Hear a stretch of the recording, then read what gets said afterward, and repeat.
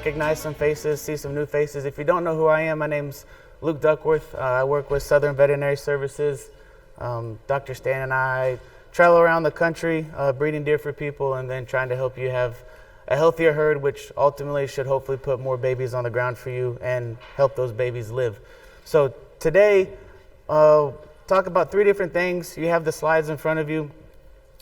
Same exact thing that will go up here, but we're going to talk about antibiotics first, and then we're going to transition into pneumonias. Once we kind of talk about antibiotics and how we use them, we're going to talk about the disease process of pneumonia, how to recognize it, how to treat it, and maybe even how to prevent it. And then we'll follow up with reproduction at the end. That's tips and tricks. I think that they're useful, and I hope that you guys do too, but maybe not as heavy hitting as the antibiotics and the pneumonia, so we'll put it last in case people need to skip out before we're done. So I put Alexander Fleming up here, 1928. So if you think about it, 1928 was when the very first antibiotic was discovered. So it's less than 100 years ago. It's not something that we've really had all that long, and then certainly there's new and newer ones that come every year. But in 1928, Dr. Alex went on vacation, was kind of known for being messy. When he came back from vacation in his lab, he had a petri dish, and there was some stuff growing on it, except for one small area where there wasn't. And so he said, hey, something is stopping that bacteria from growing.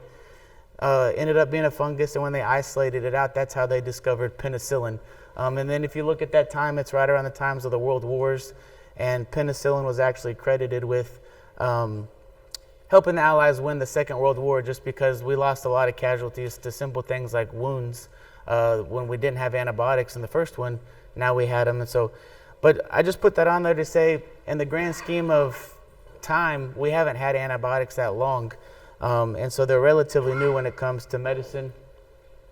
I think this one's funny just because even Muhammad Ali knew where penicillin came from.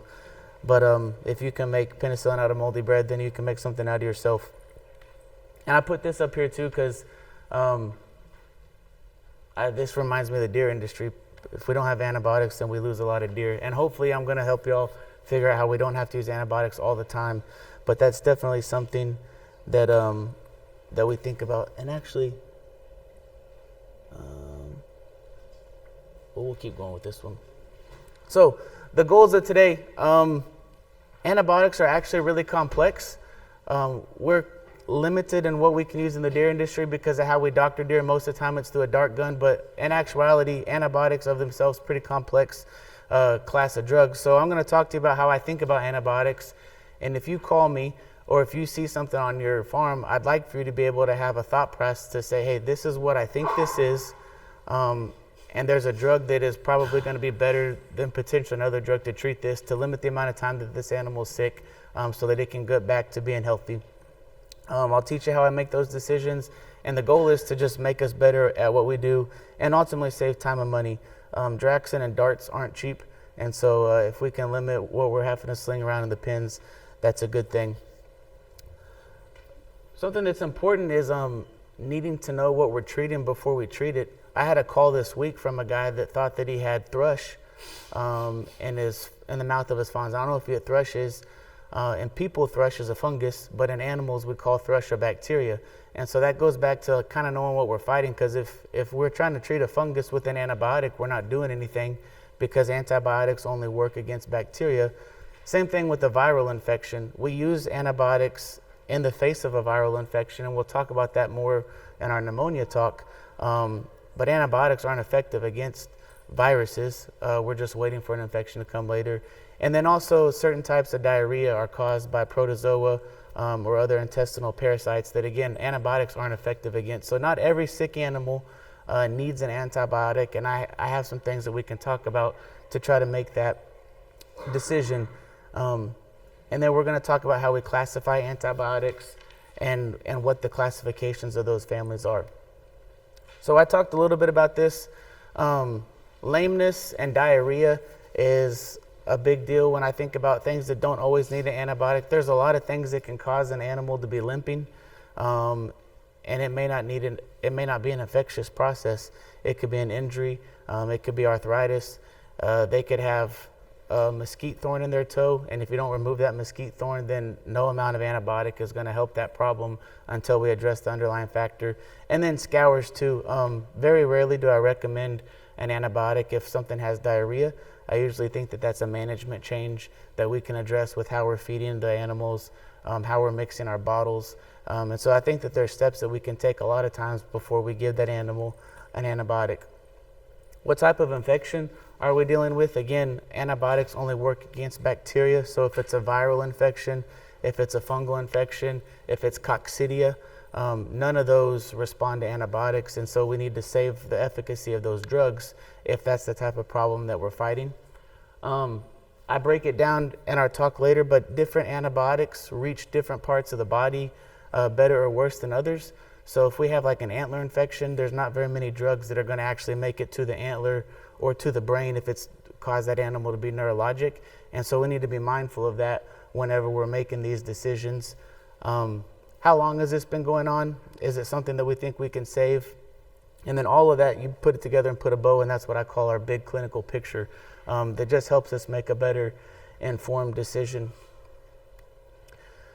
I think record keeping is important because we can't monitor the progress in our farm if we're not keeping records. And I don't think that it needs to be fancy. This is just a simple example of some things that I think are relevant when we're treating an animal. And what I encourage people to do is type this up yourself, print this slide off, and then laminate it and keep it in the Ranger. And then if you're doctoring a fawn, you can write all of this on that laminated card with the dry erase marker and take a picture of it with your phone and then erase it and do the next one. So it's waterproof. You only have to have one sheet of paper, and then you can keep everything in your phone and text it back to each other or whoever's at the barn. But these are important things to know. How much do we think the animal weighs so that we can figure out about how much drug to give it? What did we give it? Did we dart it? Did we inject it? Was it a good dart shot? And then I always put a reminder on there for a recheck. But something simple that you can just laminate and keep in the Ranger, and it makes record keeping pretty easy and seamless. So we have a whole bunch of classifications or families of antibiotics, and we group them into families based on what they're fighting against, how they fight against those bacteria, and their spectrum of activity. And also where they get in the body. Water versus lipid soluble is a really fancy way of saying that this can easily get into membranes and abscesses or not. And then static versus cidal. I put that on there. It makes me nervous to talk about it because static means that an antibiotic just kind of holds an infection steady and lets the body take over and clear it. And cidal means that it's actually killing that infection. People think that that's like a good versus better, and it's really not. They're just different. But it is important because if we're using high doses of dexamethasone, which we do regularly in the deer industry, that's immunosuppressive. So if we're wiping out a deer's immune system with a high dose of dex, it does change the way that I think about antibiotics because that animal isn't able to fight as well itself had it not been given a steroid, if that makes any sense. So it's just some things that we think about. We're going to go over all of these. And if you look at the back of your chart, I'll see if I can find it down here. I put this table in here that has everything that we're going to go over. And again, it's in your packet. I recommend people taking this, again, laminating it. You can shrink it down, tape it to the stock of your dart gun. But everything that we're going to talk about is condensed into this chart right here, just for easy reference for you to have with you. So I know that it can be overwhelming looking at the slides, but I tried to put it up there in a way that we can all understand. So mode of action is how an antibiotic is actually designed to interact with the bacteria to kill or eliminate that bacteria. Most of those antibiotics that we have in some form or fashion either attack the cell wall or the protective layer of the bacteria, or it attacks the cell DNA. It's not always important except when we deal with mycoplasma. I don't know if you've ever had mycoplasma on your farm, but it's a really, really nasty bacteria. It's extremely infectious, fast moving, and lethal, but it doesn't have a cell wall.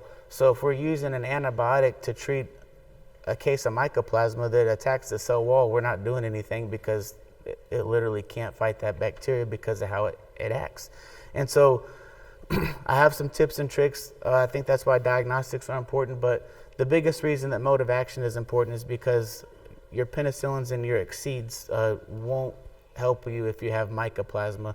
Mycoplasma is tricky. It can look like EHD because it causes swollen joints, which is going to cause your animal to limp a little bit or walk tender-footed, and then it also causes a pneumonia. So it's a bacterial infection that can look like EHD when we're thinking about tender-footed animals that just look a little bit off. Spectrum of activity is, that's what type of bacteria each of the drugs work against. It's, we're pretty fortunate. All of the lung bacteria are pretty similar in their characteristics, same with the gut and the skin. It gets a little bit more tricky when we're talking about anaerobic bacteria. So if you think about anaerobic bacteria, means that they thrive in an environment that doesn't have oxygen. So if you think about an abscess, it's completely walled off from the environment. There's no oxygen in that abscess, like a fuso pocket inside the jaw of a fawn. The best thing you can do for that is to open it up and let air get in there, because those bacteria thrive in oxygen poor environments. If we open it up, then that's something that's really effective. But abscesses in general are hard to get antibiotics into, and I have on that chart which antibiotics are good for abscesses. But again, it's just the type of bacteria that we're trying to fight, and not all antibiotics are useful against those bugs that make an abscess. Tissue distribution, we have different parts of the body, right? And different drugs get there differently. Lungs, fortunately for us, pneumonia is the most common disease process that we see in deer, and so almost all of the drugs that we can use get to the lungs well. GI tract, I'm simple-minded. If I have a gut problem, I like to give an oral antibiotic if I'm going to recommend an antibiotic, because I know that the drug's getting where I think that the problem is. Skin, almost all of these get to the skin well. Joints, you like to use macrolides, which would be your Draxxins, Aprevo, Zactran, or Nuflor. And the blood-brain barrier, I like Baytril or Nuflor. And again, the blood-brain barrier, when I say that, I'm mostly talking about antler infections that have what I call descended down into the brain. It makes sense, right? The antlers are just right there. And so a lot of times you can have neurologic animals, especially a week or two after cutting antlers. You can see some problems there. Water versus lipid soluble, not overly important. And then again, static versus cidal. I just think about this. Fawns don't have a very robust immune system yet, and so that changes. I like Exceed for fawns in general for what we're using because of that fact. But again, we use extremely high doses of dexamethasone, which does lower an animal's immune system, and so I think that we need to be cognizant of that when we're using dexamethasone and treating something. So language, this is just me being picky. But when I call my colleagues or when I read literature or textbooks, everything's given usually in a milligram. And so we call that the dose, which is the actual weight of a drug that an animal is getting. And that's calculated from a dosage, which is a rate, like your mileage. It's a weight of the drug per weight a pound of the body animal. And then your volume is dependent on how concentrated that drug is. So dexamethasone is probably the easiest example, right? We have the standard dexamethasone that you can just buy casually is 2 milligrams per cc. A lot of us have 24 milligrams per cc, and some people have up to 96 milligrams. So those are all the different concentrations, right? But let's say that we have a 100-pound deer. Our dosage is 1 milligram per pound. So the dose of drug that animal is going to get is 100 milligrams. The volume, what you're going to put in your dart, depends on how strong your dexamethasone is. Does that make sense? So it's not appropriate to say, hey, I got a sick deer, I gave it a cc of dex. That doesn't tell me anything because I don't know how strong the dex is. You can imagine the difference between 1 cc of 2 mg per mil dex versus 1 cc of 96 mg per mil dex. And so those are just little nuances, but when we're talking on the phone, it helps me know what that animal's actually received. And also, if you're talking to your buddies, it's not apples to apples if the concentration of your drugs are different, and it's usually just dexamethasone that's different.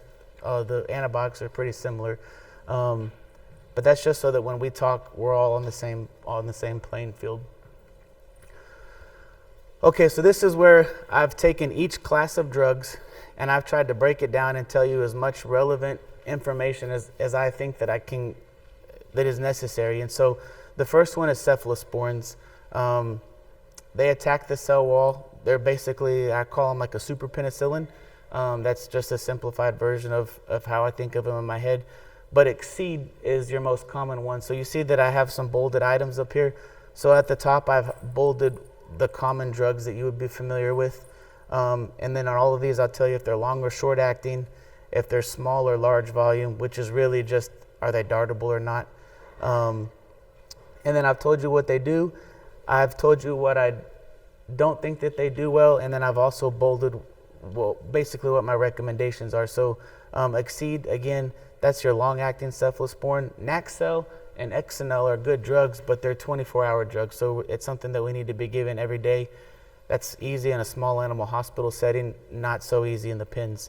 And so you're going to get a good 72 hours of coverage with Exceed. They're small volume, you can dart them. But again, they attack the cell wall, so they're not great for mycoplasma, which is, Exceed's a great drug, but it's not my go-to for pneumonia because it doesn't cover everything that we could potentially be seeing.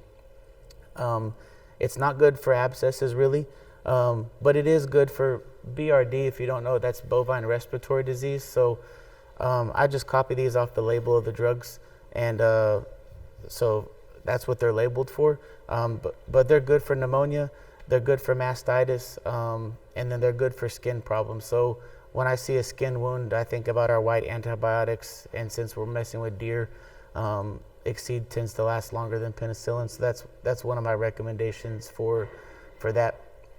The little cousin to cephalosporins will be your good old penicillin. Still a really great class of drugs. They're effective, but they're just really short acting. So I tell people one shot of penicillin is not going to do anything. I like to see at least a 5-day treatment, usually before you see resolutions when you're using that drug. So it kind of limits us to what we can use it for in the deer industry. There is a water-soluble penicillin that you can put in the water if you're having a gut problem. But again, I usually don't recommend an antibiotic through the water unless we're trying to treat something like that. And a penicillin would have to be done every day. Macrolides are far and away the most common class of antibiotics that we use in the deer industry because they're really good drugs. They're small volume, they're long acting, they get almost everywhere in the body. They're great for pneumonias, they work against mycoplasma, and so it's a great class of drugs. I think we're starting to see some resistance on some farms potentially. My biggest thing with macrolides is you'll get on Facebook on Whitetails Unlimited or something, and someone will have a sick deer and they've given it Zaprevo, Zactran, and Draxin all at the same time. And so you haven't helped yourself any. You've just wasted 2 different drugs. So my biggest thing for these is don't use them together. You don't need to. If one of them is going to work, then only one is needed. And if one of them doesn't work, then the other ones aren't either, just because it's basically like Honda Accord, Toyota Camry, like really they're the same car, just different manufacturers, if you will.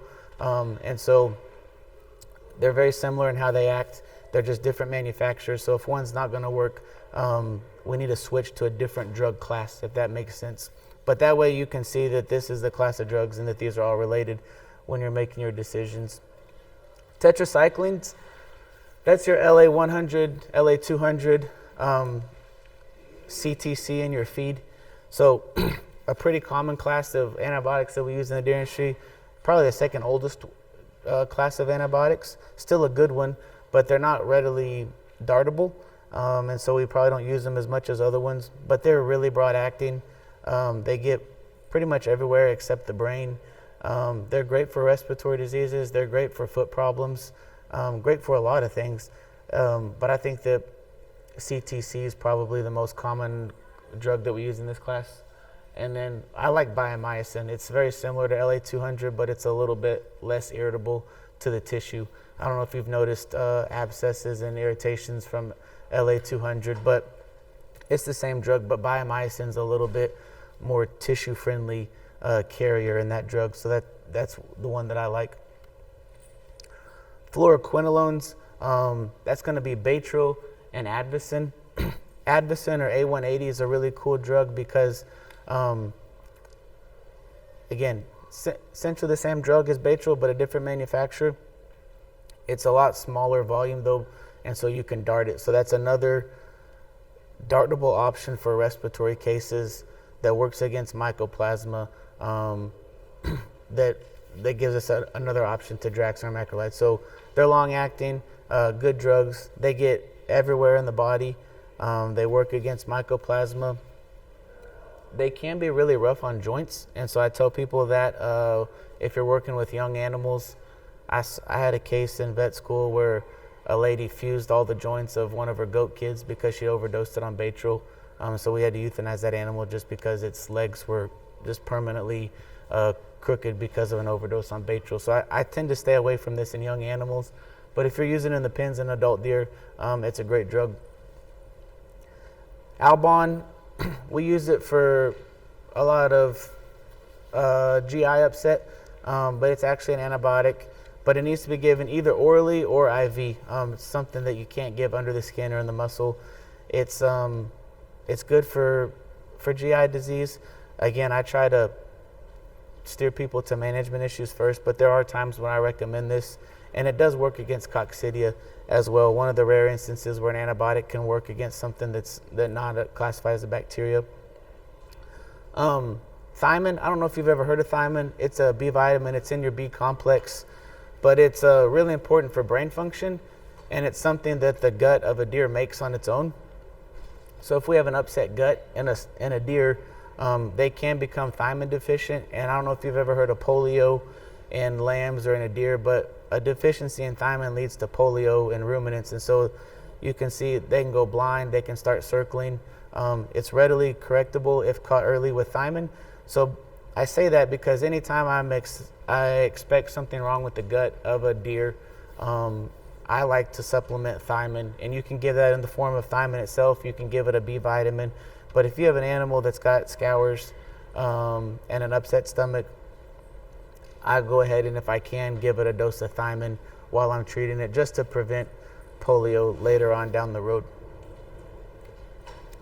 Fluorphenicol, this is Nuflor or Resflor. So Resflor is just Nuflor mixed with Banamine already. I didn't put it on there, but there's a new drug, I think it came on the market last year, Draxxin KP. It's not on here, but Draxxin KP is basically Draxxin and Banamine mixed together. So maybe more than you want to know, but when we're dealing with cattle, there's a certification that feed yards can get called Beef Quality Assurance. And under that certification, there's a limited amount of times that an animal can be stuck with the needle when it's running through the chute to get that quality care certification. So a lot of manufacturers have been mixing antibiotics with anti-inflammatories in the same drug. You're getting two drugs, but with one needle stick. That's great for deer industry because you can give Draxxin KP, which is an antibiotic, and Banamine with just one dart, which I think is a really powerful tool. Same thing with Banamine and Res and Nuflor, but that's why the companies are doing that, to limit the amount of needle injections for those beef cattle operations that are trying to maintain that qualification. But Nuflor is a great drug. It's long-acting, very effective, gets everywhere in the body. I love it for pneumonia. It's my favorite for like foot cases or joints. I also like it for antler infections. The only problem with it is it's like honey, so you can't dart it. But if you're going to have the animal down or animal in the chute, Nuflor is a really cool drug. Lincosamides and aminoglycosides, small drug classes, not overly relevant in the deer industry unless maybe you're in a fawn barn, but these are oral antibiotics that we can use for scours. Again, anytime I'm giving something orally, I like to give thiamine or a B complex vitamin, and I'm also, like I've said before, going to steer you to management stuff before we talk about those. So I've tried to wrap this up. It's a lot of information, I know, and a lot of new information. So again, just trying to bring things together for what I think is important and easy to take home. So these are my general recommendations. And again, nothing is black and white. Nothing's cookie cutter when we're dealing with animals. But in general, this is my thought process. So if we have a pneumonia case, I'm still going to likely recommend a macrolide first. And if you remember macrolides, that's your Draxxin, your Zactran, Zaprevo, any one of those three, but definitely not more than one. I'm going to recommend those first because they're dartable, they're broad spectrum, and they cover all of the major pathogens that we see in a pneumonia case. If for some reason we've determined as a team that those drugs aren't working well for these particular cases that we're talking about on your farm, I'll probably shift to Advocin, which is that dartable form of Baytril. Again, it's another dartable option, but it's a totally separate class of drugs that's still effective against mycoplasma. And then if that doesn't work, then I'll probably follow up with Exceed would be my third recommendation. And the reason I have Exceed third again is because it doesn't cover mycoplasma, and I'm starting to see that on more of our farms. Skin wounds, I like the white antibiotics. That's just, they tend to get to the skin well and cover that spectrum of bacteria that we see there. And I'm going to put Exceed first just because it's a little bit longer acting. If you can get your hands on an animal every day, then penicillin's great, but it is a lot more management intensive to effectively use penicillin. For fusobacteria or foot rot, Nuflor is my go-to. And then I would follow, if that's not working, I would follow up with back to that class of macrolides. And I have these different recommendations because if we use Draxxin for everything, when Draxxin doesn't work, then you've really tied your hands. And so I try to have a systematic approach for when I use certain classes of drugs to preserve their efficacy as long as possible, if that makes sense. Because I just sent some lung tissues off from a ranch, and those cultures came back, and that pneumonia was literally resistant to every single antibiotic that they ran except for one. And that antibiotic happens to be illegal in animals that could be consumed for food. And so that's not anything that we did. We just have to be careful because you can back yourself into a hole accidentally. I understand that you got an animal there and you're trying to help it, and you think if a little bit's good, then a lot is better. And I get it. You feel we are responsible for the well-being of those animals, but down the road it can put you in a corner. And so that's why I have these different classes spaced out. Neurologic or antler infection is the most common form of that. I like Nuflor, Baytril because those are the ones that get into the brain. And then for scours, again, management first, usually always. And then if not, I'd like to follow up with an oral antibiotic. Thailand is it's a macrolide. It's basically a powdered version of Draxxin, if you will.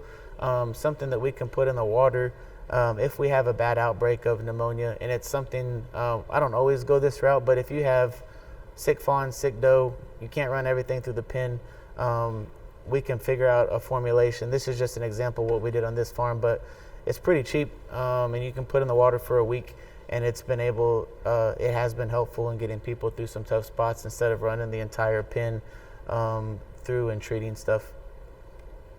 So I encourage people to get a plan together. I'll be happy to help you establish one.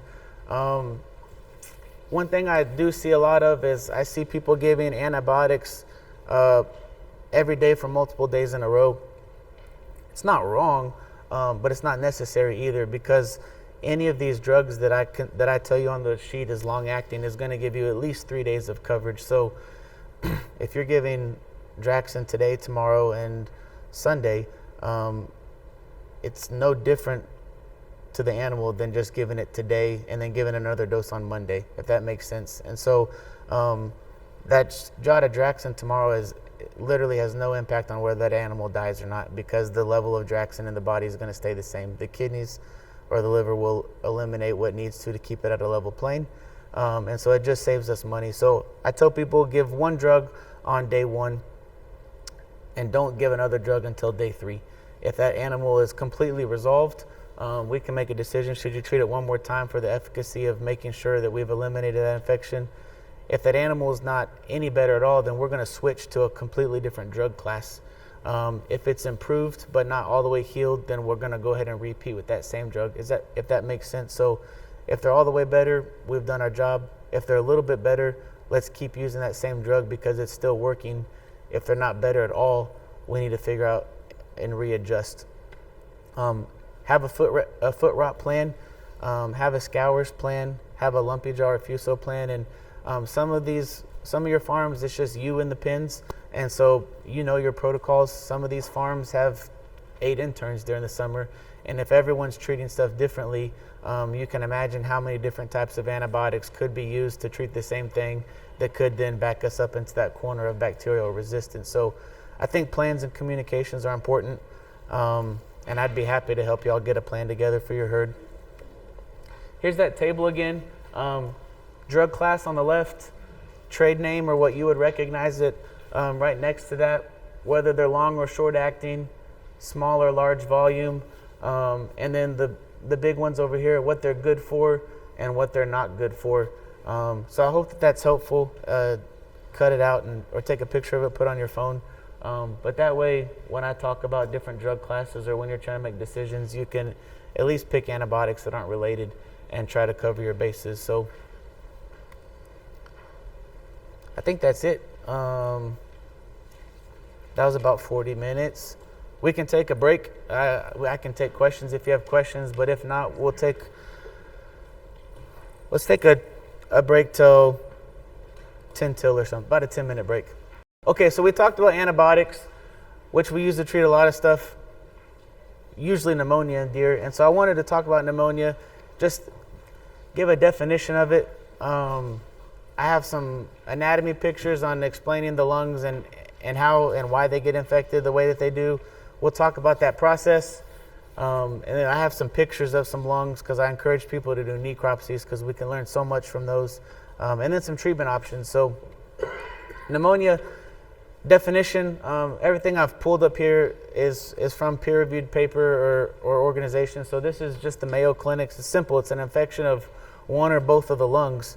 And then you can see that once we have that infection, then we start to see very systematic processes of clinical signs, coughing, fever, chills. This is in people, but it's the same in animals too, and I'm sure that you can appreciate that in your pens. So we saw pus up there, and I just wanted to elaborate on that because I think that that's a big signal. When we talk about pus is really just accumulation of white blood cells and dead bacteria. So if we see pus, we know that there's a bacterial component to that infection.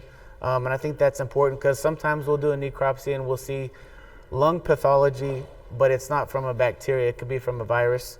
So if we see pus, that should be triggering a bacterial infection. What can we do to help this or prevent this? This is a pretty basic cartoon of the lungs. And so we have upper respiratory airway and we have lower respiratory airway. Upper respiratory airway is everything from your voice box forward. So that's your mouth, the back of your throat, your sinuses, your nose. And then we have your lower respiratory airway, which is everything below your voice box. And so that's your trachea, and then you have your bronchi, and then you have your bronchioles. And so I think about it like a system of highways into a neighborhood, right? You have like a big interstate that branches off into smaller highways, that branches off into a town, and then that branches off into a neighborhood. And then you have all of these little houses, which would be your air sacs. And so it's just a very systematic way. I think about that because it's air that is contacting the surface of those airways, but then this tissue that's around the lungs or around the air sacs, if you will, that's innervated by blood. And so there's different ways that these infections can start in the lungs based on whether it's an airborne illness or a viral illness. Our bacteria are going to tend to come down the airways and go from the inside out, if that makes sense. And your viral infections are going to tend to go from the outside in just because of where the blood supply is to the lungs. I hope that makes sense.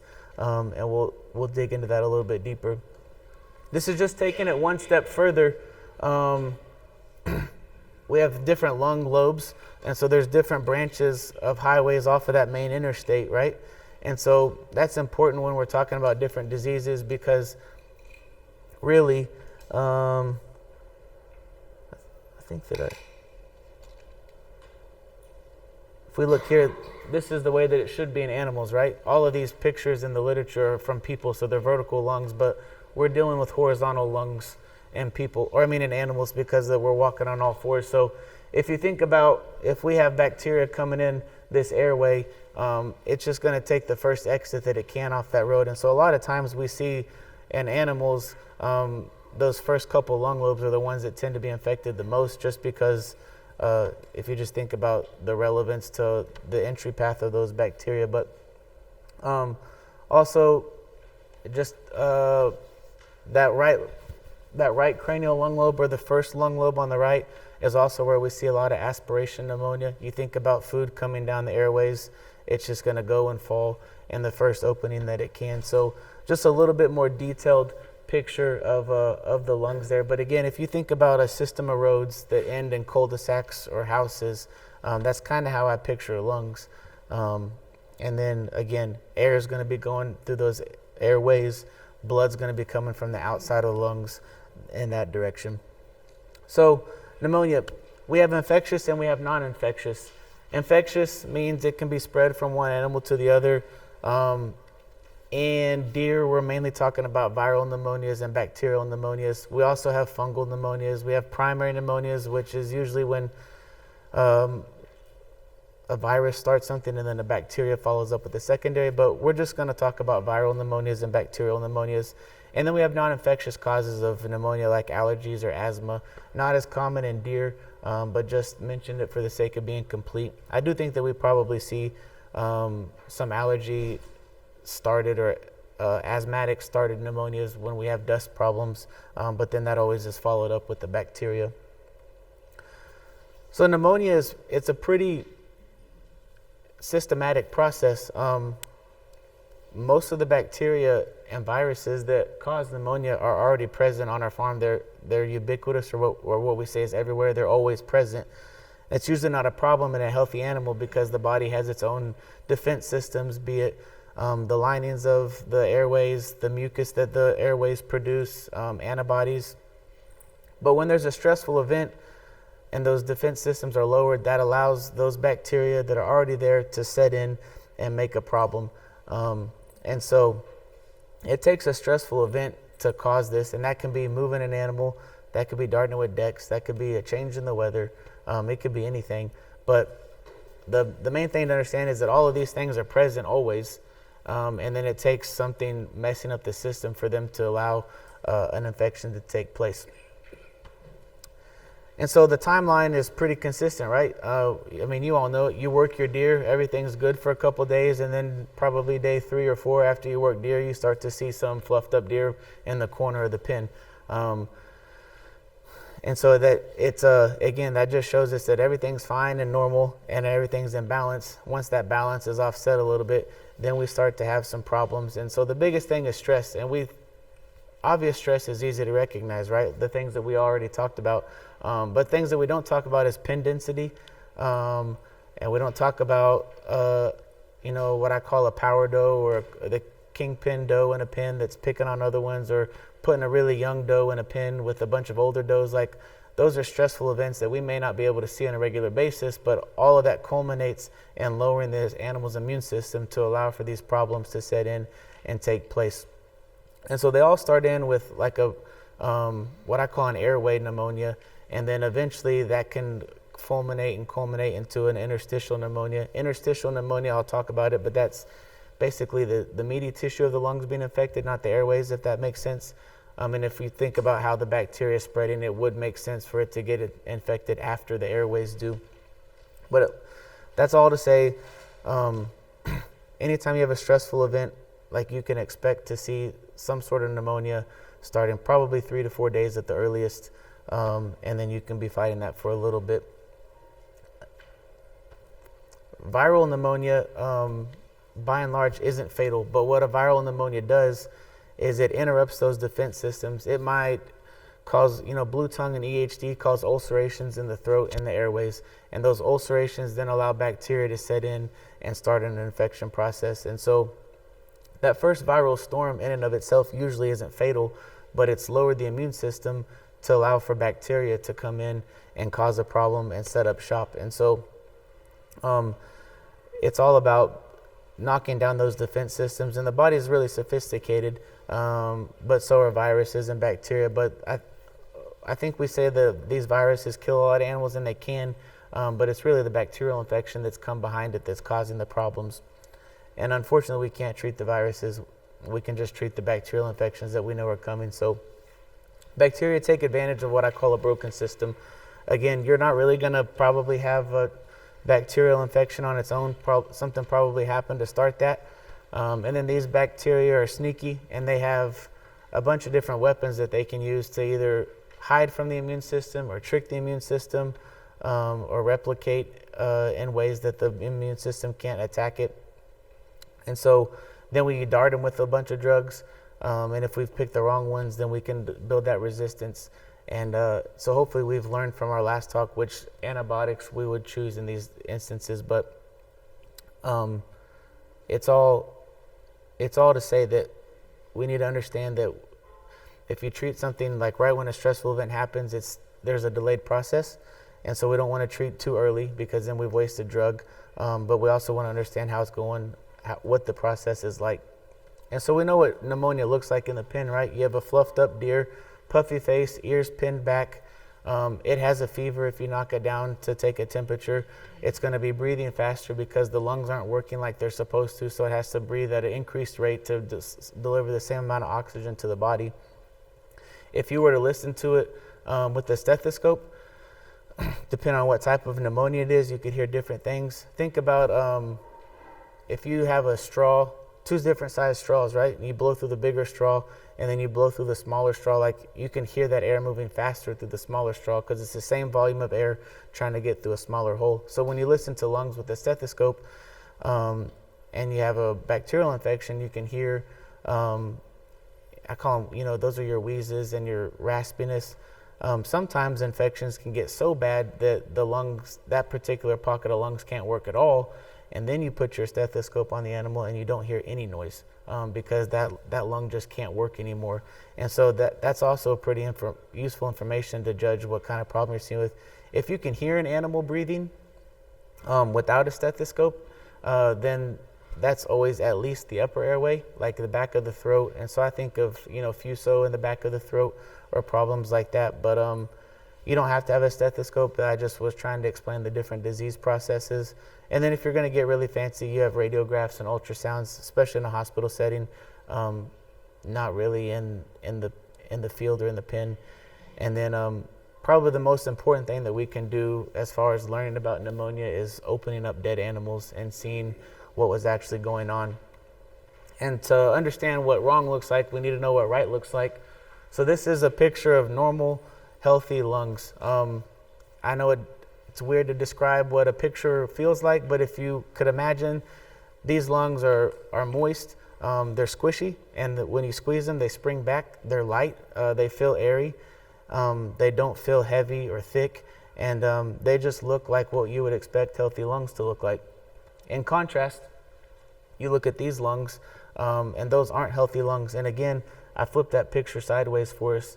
These are just pictures of in the literature. So the shaded part on those lungs is the affected part of the lungs.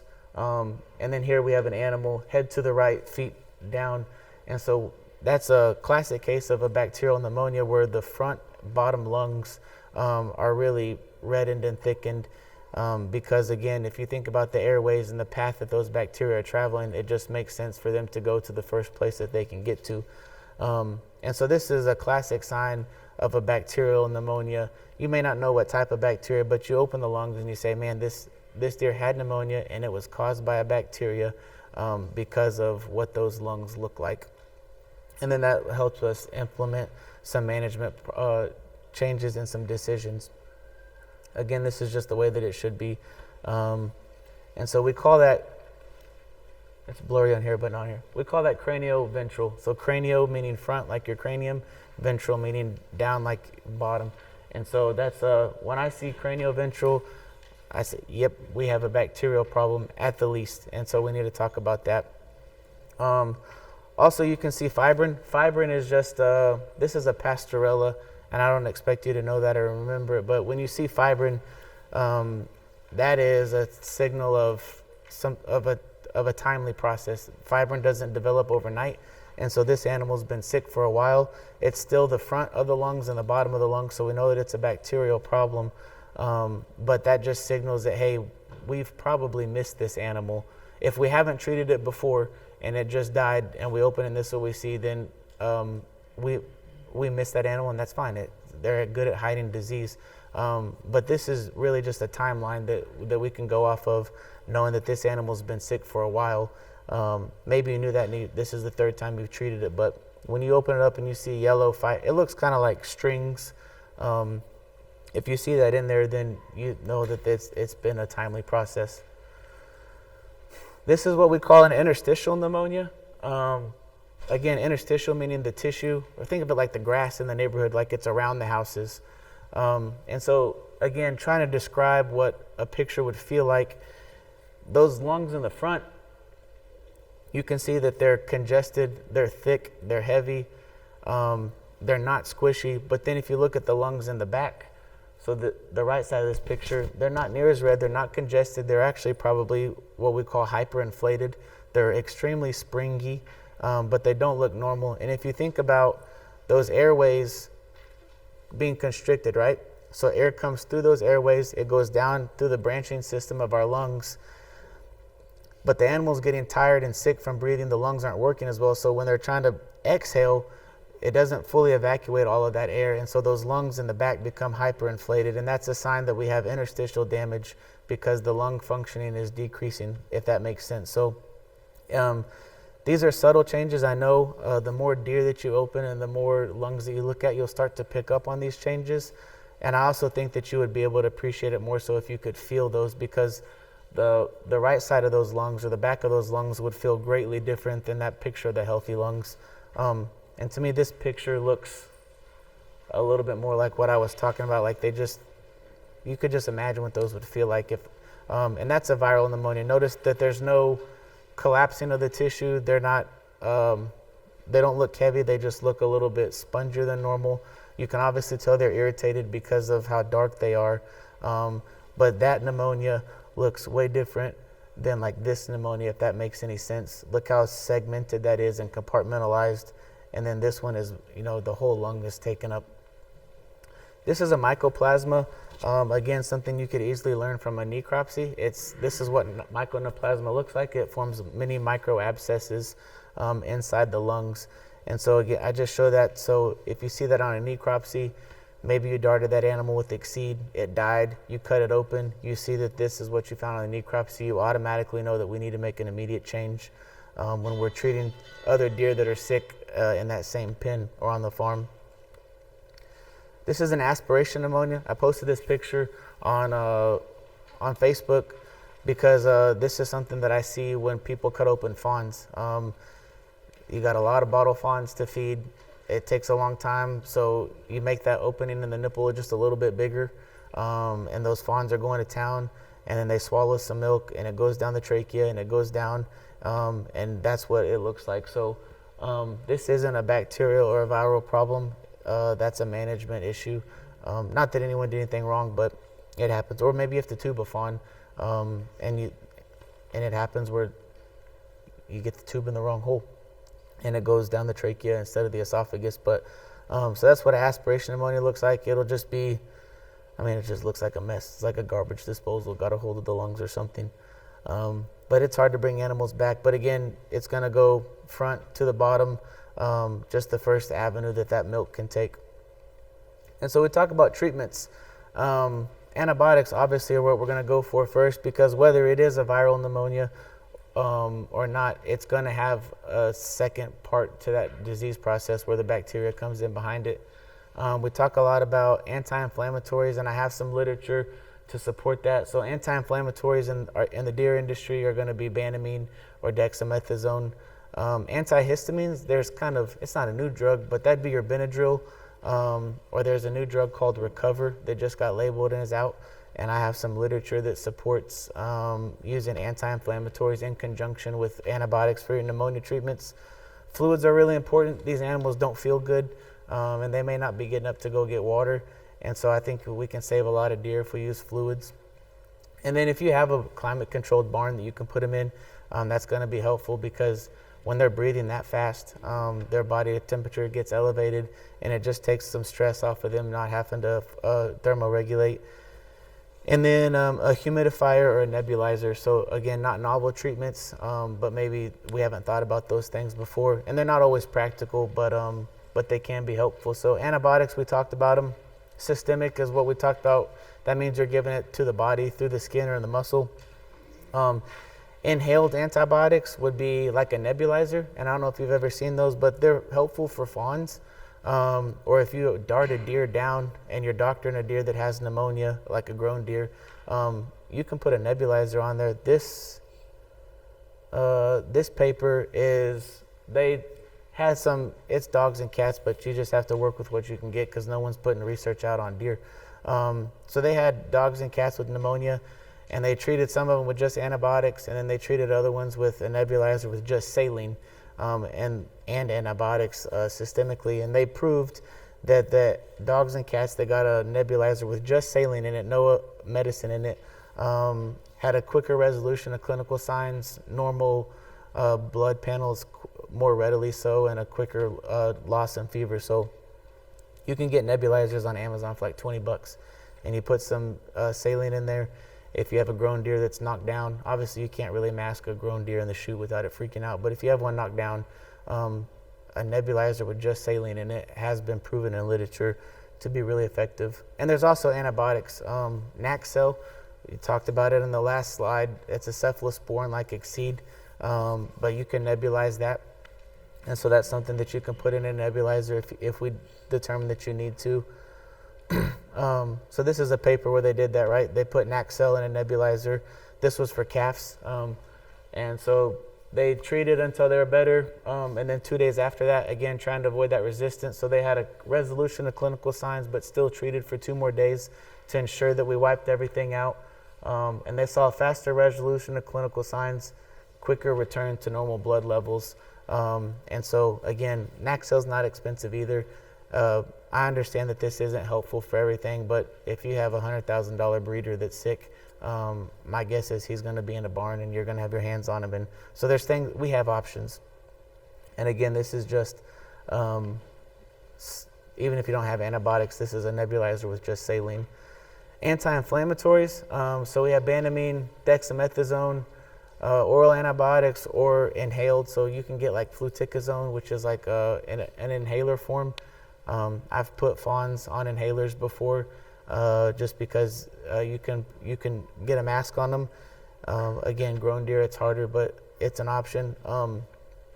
I like banamine a lot. I like it more than Dex, and I probably sound weird saying that because Dex is so popular in the deer industry, but we talked about how Dex can lower the immune suppression, and I have this. And so this is a direct quote from this paper, Therapy for Bovine Respiratory Disease. It says, routine use of steroids in respiratory disease gives a short-term improvement in visual appearance, right? So that makes us feel better. We dart a deer with Dex, it looks better in the pins, but it has a long-term decrease in treatment response. So that's what they found in this paper, that using doses of dexamethasone for pneumonia cases, the animal did look better initially, but then they had long-term poor prognosis when it comes to treatment. And so I like banamine. It's still going to knock your fever down. It's still going to help control inflammation, but it doesn't affect the immune system. And so this is a paper just to prove my point. Same paper, but they mixed tetracycline and banamine together, and there was better resolution of lung problems, a quicker decrease in rectal temperature, more than any of the other treatment groups. And so that goes back to like your Drax and KP, is the same thought process. That's dexamethasone and a non-steroidal anti-inflammatory. Resflor Gold is nuflorambanamine. They have hexasol, which is tetracycline and banamine, but I think we could use more banamine and less dex in the deer industry and maybe see some benefit to that. And that may sound like heresy because we use a lot of dex, but it is proven in other species where they're doing the research. So this is antihistamines, Benadryl. You know that I put animals on Benadryl because they, especially fawns, you can do oral Benadryl. There is bioavailability orally in adult deer. You can put it on the feed. There's injectable forms. Recover, like I mentioned, is the new antihistamine that's on the market if you can find it. It's hard to get right now, but I think that there's some compounding pharmacies that make it. But basically, histamine is what's released when cells get injured, and then that just starts a cascade of problems, and all of those problems just creates more inflammation and more damage to the tissue. So if we can knock off that process, then we're helping that animal. And so this is another paper, another cattle paper, but it's animals being evaluated strictly by rectal temperature. And when all things considered the same, except one group of animals were given Benadryl as well, those animals had a quicker resolution of their fever. And Benadryl is cheap, but just something to think about. If I know that we're sometimes limited to a dart gun, but in an instance where we get our hands on an animal, we really have a lot of options that I think could be beneficial. So fluids, people always ask how much. I tell people you can safely put a 0 on the end of that animal's weight and give that to the animal in the vein. You can give a lot under the skin, but let's say you had a 100-pound doe, you put a 0 on the end of that, that's 1,000 cc's that doe can safely get in the vein. You can give an animal too much fluids in the vein, but if you use this trick, you're gonna stay safe.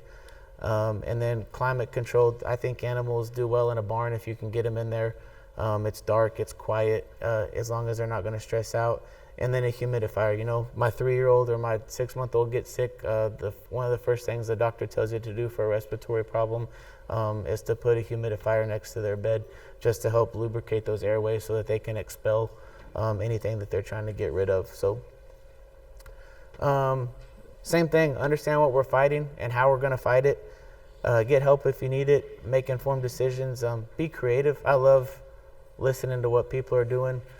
Sometimes it makes me cringe, but I do like when people have cool ideas and how they're treating stuff. But you know, at some point in time, somewhere, it wasn't me, decided that they were going to pull out a nebulizer and put it on a calf, and then we have research papers about it now. So be creative, be careful with dex. It is a Hail Mary drug, and it has a place to be used, but I also think that it gets overused. And then do a necropsy, and if you don't know what you're looking at, my number's in all of these packets. So take a picture of something and send it to me or send it to someone else, and we can try to help figure out what's going on. And then diagnostics are important too. I don't have the slide in here, but like TVMDL sells these little Q-tips. You can just open up a lung and swab it and send it off to them, and they'll run a culture. It's really easy. It's not expensive, and then you can get a lot of information to understand what's going on your farm. So we made it before lunch. We have a question. We have time for questions if you have any about this or the blast talk. But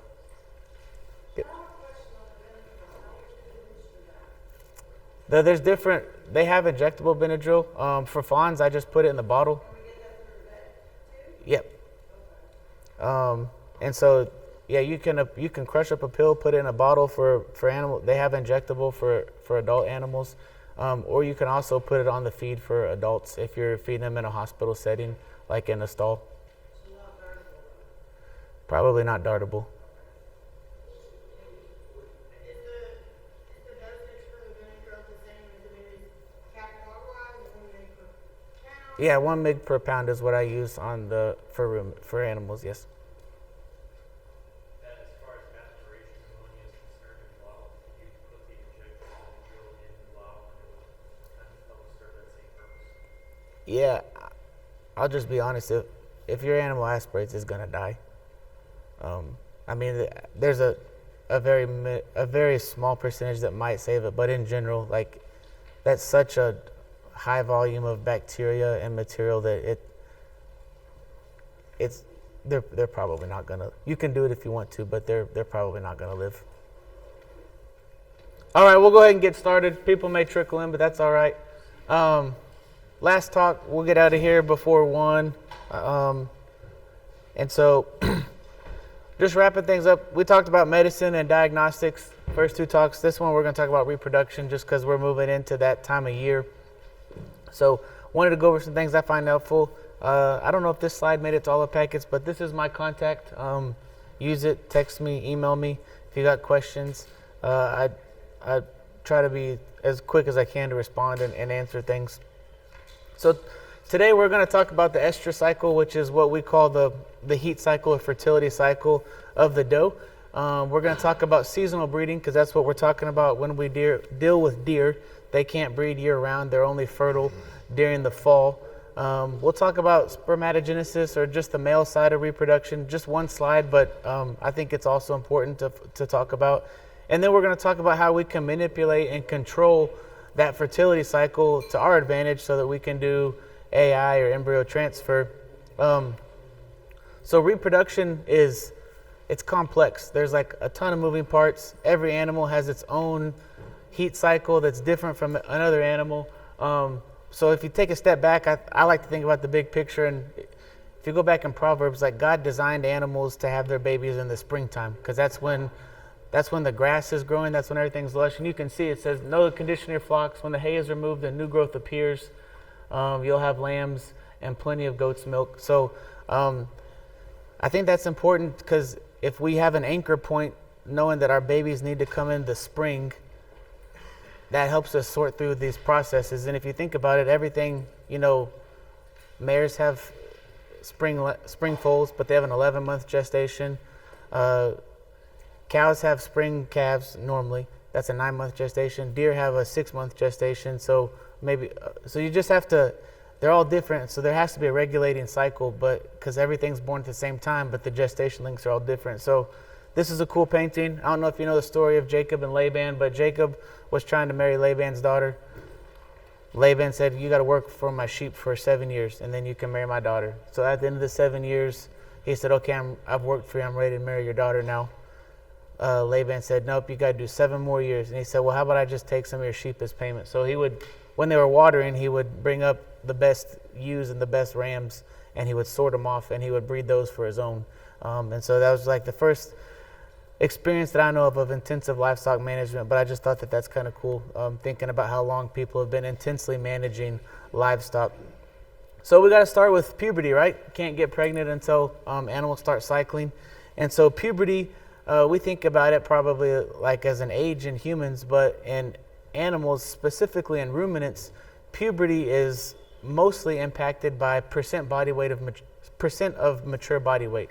And so in general, a ruminant animal isn't going to start cycling or being fertile until they're roughly 2/3, I would say, conservatively, of their mature body weight.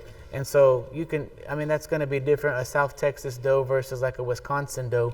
But in general, weight is the most limiting factor when we're talking about an age at when animals hit puberty.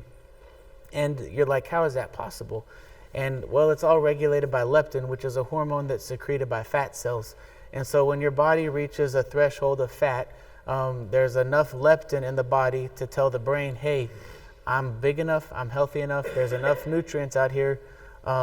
See the amount of leptin that I have in these fat cells, we can start cycling so that I can get pregnant this fall, or so that I can breed this doe and make a baby. So it's all regulated by leptin, which is a hormone in fat cells. But I just thought that that's interesting because people are like, how old is that fawn? Is she too young to get? Well, it's not really age, it's mostly about weight. And so if you have rented fawns or if your nutrition's off, then that's just going to delay that if you're trying to push the envelope and get things pregnant faster. Not as important in seasonal breeders.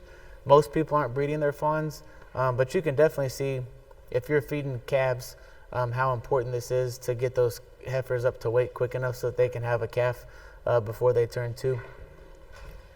So this is just a cartoon, and it looks really complex, but we're going to break it down like I've tried to do with the antibiotics. I just call this the brain-ovary communication, right? So you have the brain that sends a signal to the ovaries to grow eggs and release them. And then those eggs go to the uterus and hopefully make a pregnancy. And then the pregnancy in the uterus has to tell the ovaries, hey, I'm pregnant. And then the ovaries go back and tell the brain, don't tell me to come back into heat because I'm already pregnant. And if the animal's not pregnant, that signal is interrupted and the whole cycle starts again. And we're going to break this down and dissect it piece by piece, but that's just the overarching picture of what we're going to talk about, how the brain talks to the ovary and the ovary talks to the uterus, and then the uterus talks to the ovary and the ovary talks back to the uterus in a line of communication like that. So from the brain releases a signal, GnRH. I don't know if you've ever heard of like cisterellin, if you're doing like cattle AI, but GnRH is what signals the brain to grow follicles and eggs on the ovaries. And so that's in the form of two hormones, FSH and LH. In the deer industry, you would know that as PMSG. So PMSG is a combination of FSH and LH. And so we'll talk about protocols later, but we put a cedar in our does and we pull the cedar and give them PMSG. And that's going to tell the ovaries to grow a certain number of follicles and then release them, hopefully right at the time that we're going to AI those girls.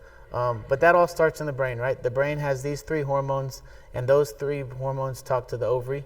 And then the ovary is what grows the eggs or the follicles and releases estrogen, which is the hormone of heat. And then it also releases progesterone, which is the hormone of pregnancy. And then the uterus is its own organ system where the pregnancy is maintained, obviously. So this is a line graph that may look confusing, but this is the different hormones that we talk about or need to understand when we're dealing with reproduction. And so you see this, I'm colorblind, but I think it's orange, the P4 line. So that's progesterone, which is our hormone of pregnancy. That is what most of women birth control is, and that is the hormone that's in a cedar. So I'm sure that we've all heard about putting a cedar in. We're just giving a progesterone source to that doe. And what that does is that progesterone source tells the brain essentially that that animal is pregnant and they don't need to cycle. And what we're going to do in our protocol is we're going to try to move it from here to over here. So we pull that cedar, and you can imagine that the body progesterone levels are starting to drop because we've removed the cedar from those girls at time of AI, and then we give them that shot of PMSG. And so then you see these other hormones rising up here till we have ovulation. And so it may look confusing, but my attempt is to try to show you that these protocols that we're using for AI are just our best attempt to mimic nature, because this is what would be happening to these doe normally. So we have our progesterone source, which mimics a pregnancy. We remove that. The body thinks that it's time to get pregnant again. We give PMSG to help that process. And then through trial and error, we know that roughly 55 to 60 hours after we pull that cedar and give the PMSG, she's going to release those eggs, and we need to have semen there ready to fertilize them. So we have estrus and breeding. Estrus is just the scientific word for heat, and estrogen is the hormone that causes that. So when estrogen levels are high, because that doe's coming into heat, she's receptive to the male. You know, she gives off pheromones that he's chasing, but then she'll stand whenever he's chasing eventually. The uterus is toned up and ready to accept that semen. If you think about how small a sperm cell is and how far it would have to actually travel from where it was deposited when we breed or a buck breeds to the ovary, it's an extremely long distance. So it's actually the uterus that has micro contractions that pushes the semen along to meet the egg. And then ovulation happens at a very timed process where the egg is released and then they're fertilized. Just for the sake of being complete, eggs are fertilized in the fallopian tubes, or what we call oviducts in veterinary medicine. They live there for 4 to 5, maybe 6 days, and then they travel into the uterus. So if you've ever done an embryo flush program, that's why we wait 7 to 8 days before we come back and flush them, because for the first 4 to 5 days, potentially 6, they're up in the fallopian tubes where they're really hard to retrieve. So you breed an animal, you wait a week. By that time, the egg should be in the uterus where we can go in and easily retrieve them with an embryo flush program. So that's just the process of events that happens, and hopefully it happens efficiently on your place. This is pregnancy recognition factor. So we talked about, right, the brain talks to the ovary talks to the uterus. Hopefully there's a pregnancy in that uterus to say, hey, we don't need to come back into heat, but that pregnancy has to give a signal. And I put this up there. It's got a bunch of different species. The deer is similar to the cow, and the only reason I put this up there is that signal is given roughly 16 days or so after that doe comes into heat. And that's important because stress will impair that signal. And so this is why when we talk to people, they're like, how long do we wait to put our cover buck in? And I try to wait like at least 16 days, if possible, before I introduce a cover buck, because you want that pregnancy signal to be as strong as possible. And any type of stress, like introducing a new animal to the pen, could potentially impair that signal. And so there's a lot of information up here that's not overly important, but I put it up here as an example to know, like, those first 2 weeks after AI, it's really important not to shake things up in your doe, because you don't want to mess up that pregnancy signal. If that signal is interrupted, that doe is going to come back into heat, whether or not there's a viable embryo in her uterus or not. And so be careful those first 16 days or so, 2 weeks after AI, not to stress anything out. So if they're not pregnant or that signal is interrupted, the uterus talks back to the ovary sends a signal to the brain.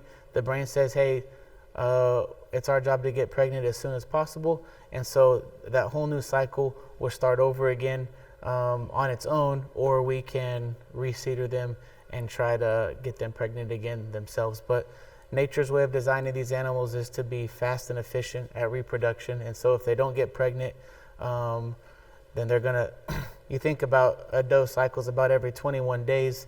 That pregnancy signal doesn't happen until about day 16. So there's only about 4 days or so, roughly, from the time that signal says, hey, I'm not pregnant, for the body to grow new follicles and release them on their own so that they can cycle again on that every 21-day mark. So it's pretty incredible to me if you think about how much is going on to keep that system moving. And then that's just a picture of what we already talked about as a reminder. So it's kind of unique, right? We're dealing with doe and bucks that are only fertile in the fall time. If we went and knocked down any of these bucks that are growing out in velvet right now, they wouldn't have fertile semen. You could get a collection from them, but it's not going to be fertile because daylight is what drives the fertility cycle in these animals, and that's regulated by melatonin. You may have heard of melatonin. It's what's in a lot of sleep enhancement concoctions, because that's the hormone that's released at nighttime, which I think is really fascinating because our light recognizes that night is getting longer. And so melatonin becomes released at higher and higher levels. And eventually, similar to leptin in puberty, once melatonin reaches a threshold, it tells the mind, hey, it's time to get pregnant, because this is the window when I need to get pregnant so that I can have a baby in the spring, so that that baby has food and I have enough food to be able to nurse it. And so without melatonin, these deer can't cycle. On the male side, melatonin is what's caused the brain to start telling the testicles to produce testosterone, and that's why they strip velvet once the days get a little bit shorter.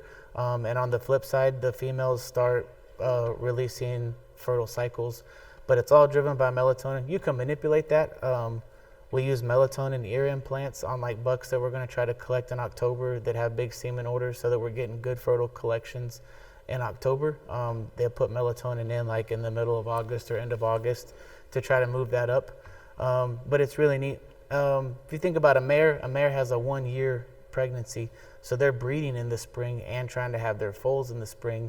And so melatonin is actually the inhibitor of their cycle. When melatonin's present, the nights are long. Mares aren't fertile. The new spring comes around, the days get longer and the nights get shorter. There's less and less melatonin, and then that unlocks the cycle. So it's the on key in deer, and it's the off button when it comes to mares. But everything is designed to regulate spring babies depending on how long that particular animal's gestation is. This is another graph or cartoon but about males, and it's almost the identical process.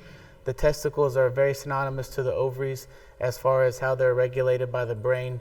But again, The brain talks to the testicles make testosterone. Testosterone pushes that buck into rut, causes him to strip that velvet and come into hard antler, and then the cycle starts over. So I'm sure you've seen antlered doe before, but have you ever seen an antlered doe with hard antler? No, they're always in velvet because they don't have that testosterone to strip off the velvet, because they don't have the same cycle. They can still grow antlers, but you'll never see a doe unless it's truly a hermaphrodite. But you'll never see them in hard antler because they don't have this process going on in their body to where they produce testosterone to be able to strip off that velvet. So once we kind of talk about AI, and I hope they understand at least a little bit of why we have our CEDAR protocols and the PMSG set up the way that we do, then you can start manipulating things. But you can't manipulate something until you understand it. And so for the sake of completeness, we'll talk about both types of AI, be it transvaginal or transcervical and laparoscopic. And then we have embryo transfer and then even in vitro fertilization that people have tried, but just different ways to make an embryo. At this time in the summer, it's a really fun time. Bucks are in velvet, pictures are everywhere, semen orders are filling up. And so I tell people to start trying to line up your semen and have a backup plan in case you bought a buck that doesn't have semen and he's just got orders and it doesn't meet it. Schedule your AI, which is going to determine when you wean your fawns, which is going to determine when you need to be sorting your does to make your breeding groups. So I recommend people wean 30 to 60 days ahead of AI if possible, certainly not any later than CEDAR in. And then I tell people to try to make their breeding groups and have a plan established already.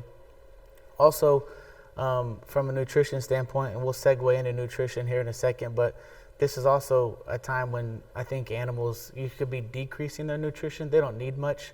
Again, if we go back to nature and you think about how hot and how dry it's been, like wild deer don't have anything to eat right now. It's dry. There's no grass. There is a little bit because we've had some rain, but in general, August is pretty sparse food for the native deer.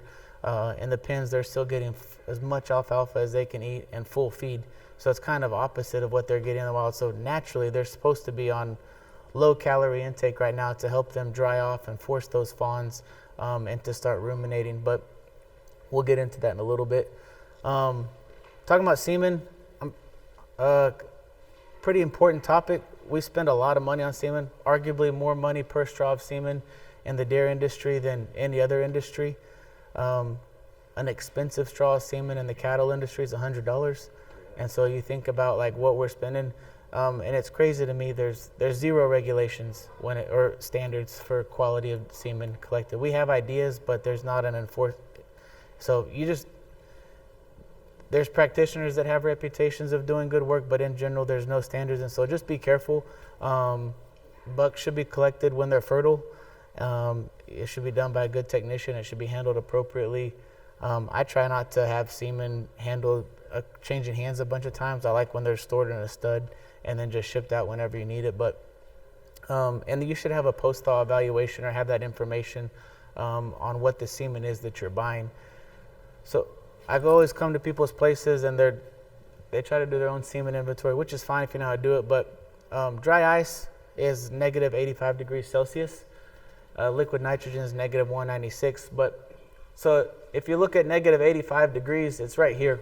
So once the semen gets halfway up the neck of a semen tank, it is starting to thaw at a slow pace. And every time that semen thaws a little bit and then you drop it back down in the tank and it refreezes, you've just damaged those cell membranes. And so be careful when you're handling semen. What happens if you damage the semen? Well, they may not be dead, they may just be weak, and they may have some nuclear damage. And so what can happen is you use it for AI, you make a pregnancy, but that pregnancy has something wrong with it, and it's aborted 30 days or so after the pregnancy, and then that dose cycle is late. And then then you got babies dropping in September, maybe even October. But it may be not dead semen, it may just be weak, and that's not something you can evaluate on the microscope. It's at the cellular level. And they may make a pregnancy still, but a lot of times that pregnancy will be aborted 30 to 40 days later. And then that really pushes your doe back as far as when they're going to have fawns. So breeding season comes up this fall. We've weaned our fawns. We've got our AI sires. We've increased the fat in our ration and decreased the protein. And then we've worked our cedar. So this is like a nice time to segue into nutrition because I talked about fat and protein. Again, if you go back to nature, we talked about how deer in nature are on a low-calorie diet right now because there's just not much to eat in late summer. So, but if you think about what happens in the fall, like your cool season grasses start to come up, your food plots are starting to come up, and so then those doe enter into a short period of like nutritional lushness. And so in nature, there's a climb in calorie intake in those deer, and that tells the doe, hey, things are good right now. I'm putting weight back on. I can have twins. And so the ovaries, you increase your chance of those ovaries releasing 2 eggs. I have 3 different lines on here, and what I want you to envision are that these are the shape of calorie or fat intake. And so if a deer is eating as much as she can possibly eat in the pens every single day, her fat's not changing. It's high, but there would be that top line. Does that make sense? She's eating the same amount of fat every day, and it's really high. Conversely, a doe that's on really poor nutrition, she's not eating any fat, but it's also not changing, so that line is flat. So if you can appreciate that the top line and the bottom line, although they're at different levels, they're the same shape. Does that make sense? They're both flat, and the brain is just looking at the shape of that line.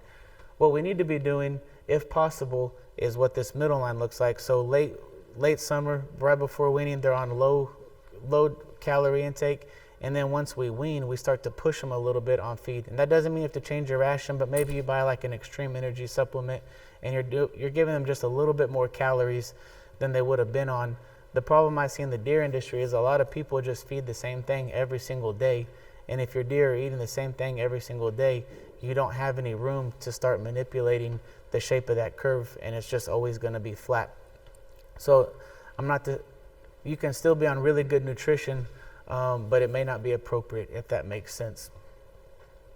Same with protein. I don't know that a doe ever really needs more than 14% protein. You might supplement a little bit more of that in late gestation and when they're nursing, but proteins are made of amino acids, and acids are acidic. And so if you have an excess of protein, they're just excreted in body excretions.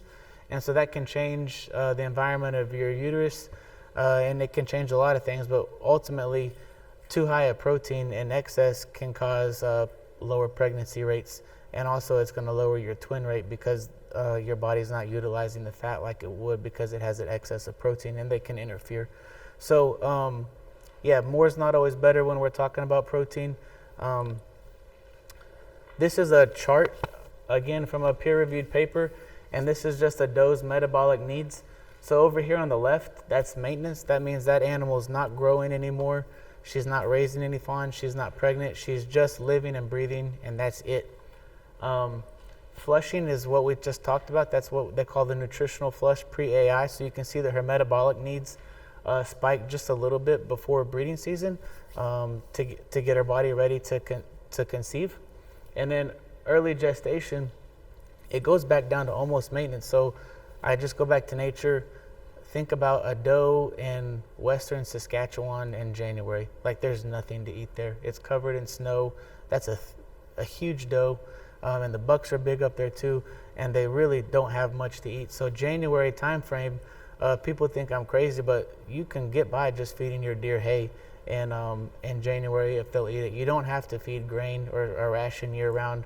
I'm not trying to step on feed sales, but I'm just trying to tell you what I think it's like in nature. And if you think about what a doe's eating in January, especially up north, there's not much for those deer to eat. And so they don't need much. Then we get into late gestation and early lactation, and we see a huge spike, right? Especially if we have twins. So protein's really important late gestation and early milking, but then that comes back down in late lactation, and then we're back to maintenance before we know it. So I know that labor is a problem, and some people, you can only do what you can do, but my argument is that deer don't need to be fed the same way every single day of the year. I think that's what a lot of people do, and I understand the reasoning, but if possible, I think that there's better ways that we can feed deer, but it does take a little bit more management. So here's my recommendation, right? I always try to wrap things up 30 days before fawning. I try to get more protein into those animals if I can, be it better quality hay, be it a top dress protein supplement. I know you can't always just call your feed supplier and change your ration, but there are ways that we can tweak protein a little bit. Or maybe we've been holding them back on feed a little bit during that mid-gestation, and then we allow them to eat more. But I try to increase protein right before fawning. That's the most rapid time of growth for those fawns, and they need a lot of protein when they come into milk. So early lactation, we're going to keep that high protein. Once we get towards late lactation, like right now when we're getting ready to wean, they really don't need much. And then when we get to weaning to AI, I'm going to try to push fat. Again, that's usually in the form of a supplement. They have oils that you can top dress with. They have extreme energy rations. You don't have to change your whole ration that you're feeding, but you can get fat into them in different ways. And then winter to middle gestation, again, they don't really need much. And so everything's getting more and more expensive, and feed's no different. And I would argue that there's times where you don't have to give them a feed supplement. They just need hay. So we go back to breeding season.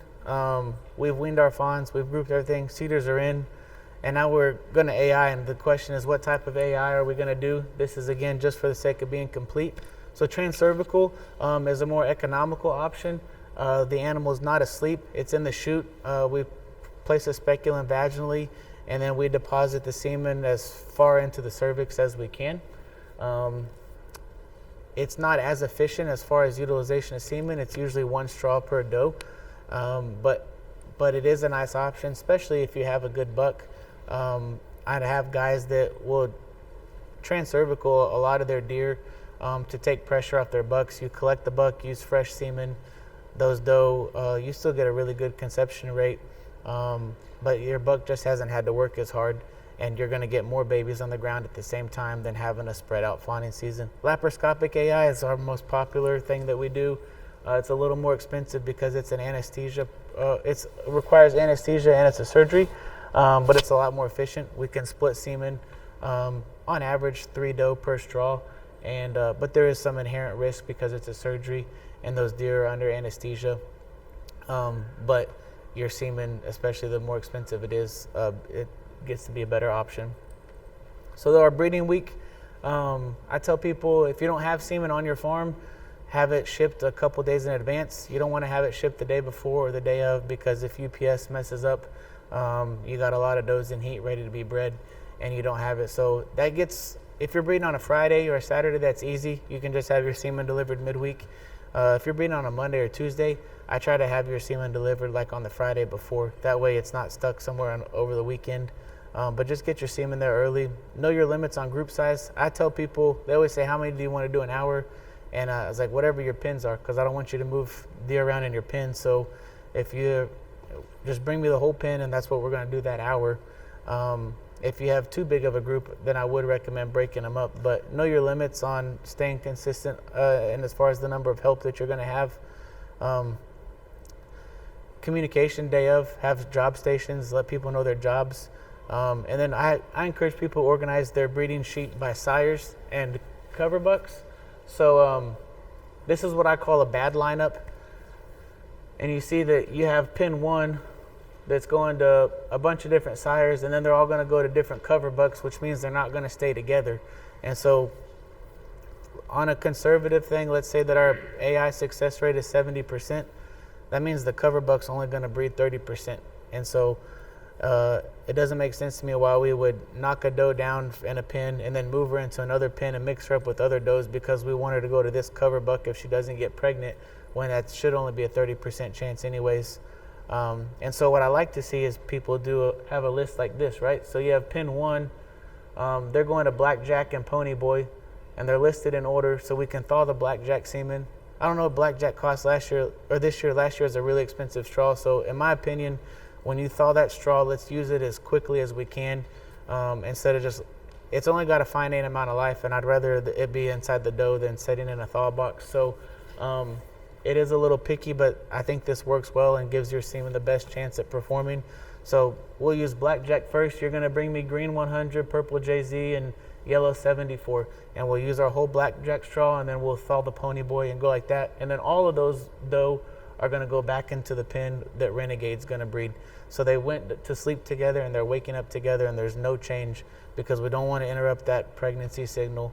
And so this is a little bit more time up front. It doesn't have to be in order. Like, we can make this list when we get there. But the big thing is, you know, we don't have, you imagine if you have two separate pins and you're working a pin an hour, you got blackjack up here twice, and then you got to hold the small part of the straw for an hour before the next group gets here. It just limits the amount of life that your semen's going to live in the doe. So I try to encourage people to have a list lined up. And then the last thing is AI efficiency. We always talk about preg rate, but I encourage people to take that one step further, and let's talk about your fawn crop percentage. So if we have 100 doe,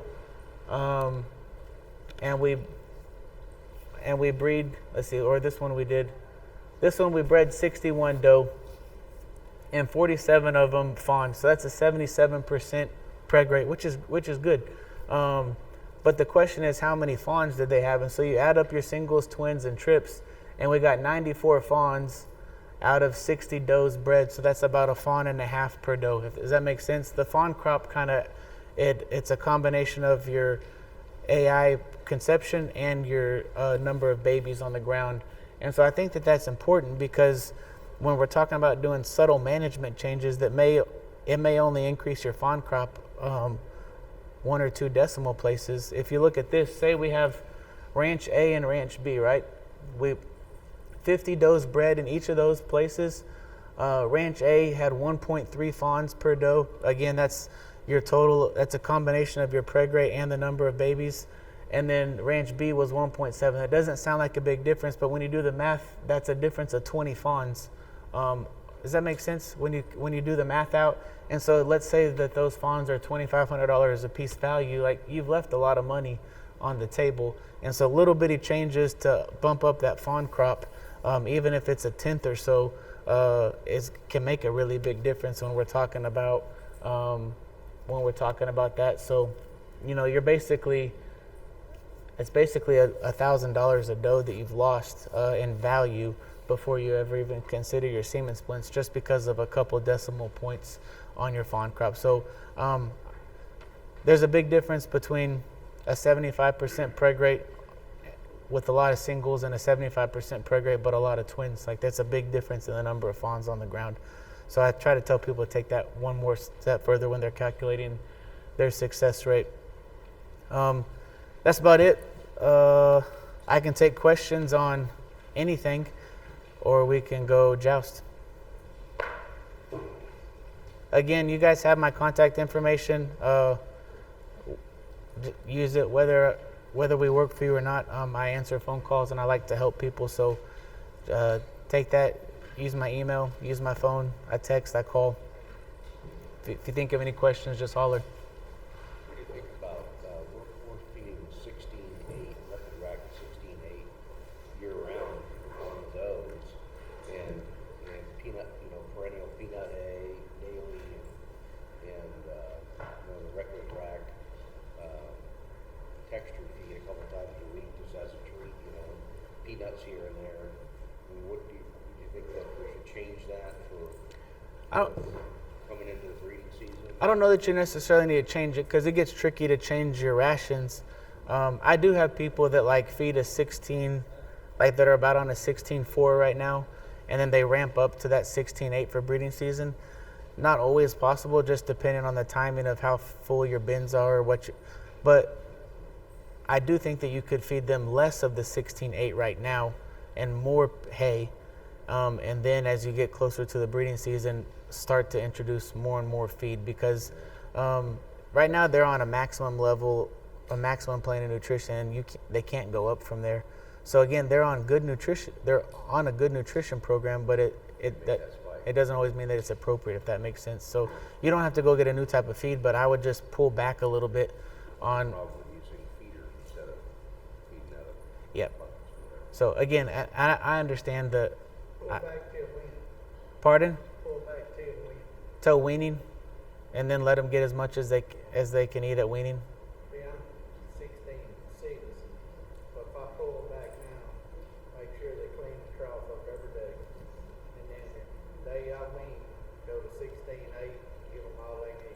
You don't have to. You can even. I'd leave them hungry, right? You can keep it at 16.6, but just leave them hungry. Don't feed them a little bit less than what you would expect for them to clean all the way up. And then once you wean, you can keep it on the 16.6, but just give them more of it, because then they're going to be eating more calories, if that makes sense. So you don't necessarily have to go from a 16.6 to a 16.8, but maybe right now they're only getting 2 pounds a day. And once you It ain't gonna make no difference. I mean, it costs a little more than 16.8, but if you can change it, then I would recommend that. But some people may still have a full bin when they wean, and it you can. works out right, but Yes, sir. how long would you stay on that 16.8?